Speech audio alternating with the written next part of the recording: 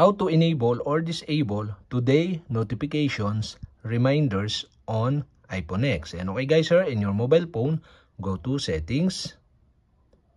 In settings, scroll down and go to reminders.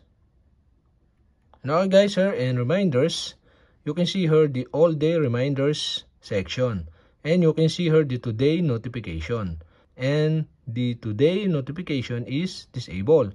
To enable this, okay, you'll have to do is switch on the switch button on the right side. So if this turn on, you can set a time to show a notification when there are all day reminders with no specified time. So you can set the time here.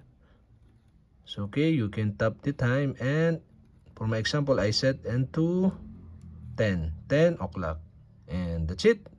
Okay, we have successfully enabled the today notification reminders. And to disable again, you'll have to do is switch off the switch button on the right side. And okay guys, we have successfully enabled or disabled today notifications reminders on iPhone X.